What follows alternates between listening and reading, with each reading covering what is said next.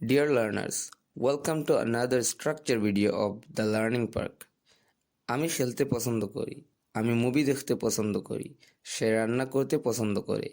এই ধরনের সেন্টেন্সগুলো আমরা খুব সহজেই বলতে পারি, যেমন I like to play, I like to watch movies, he likes to cook. কিন্তু আমরা চাইলেই এই কথাটাকে আরেকটু অ্যাডভান্সড ওয়েতে বলতে পারি। লাইক অর্থ যেমন পছন্দ করা, ঠিক তেমনিভাবে কোনো কিছু করতে পছন্দ করার ইংরেজি হচ্ছে ফন্ড অফ। আবারও বলছি, লাইক অর্থ যেমন পছন্দ করা, ঠিক তেমনিভাবে কোনো কিছু করতে পছন্দ করার ইংরেজি হচ্ছে ফন্ড অফ। চলুন এর রুলটা দেখা যাক।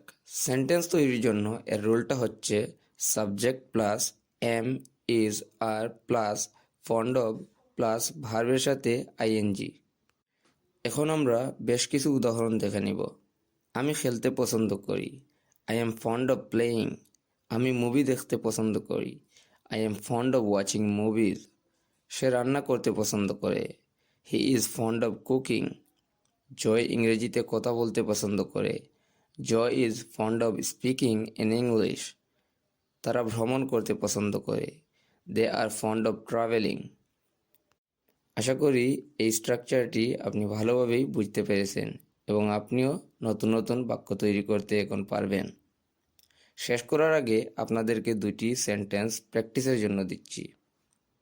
প্রথমটি, সে বই পড়তে পছন্দ করে এবং আমি গান গাইতে পছন্দ করি।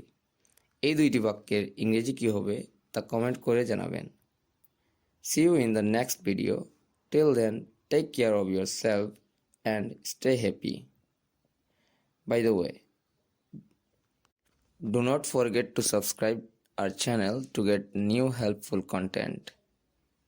Thanks for watching the full video.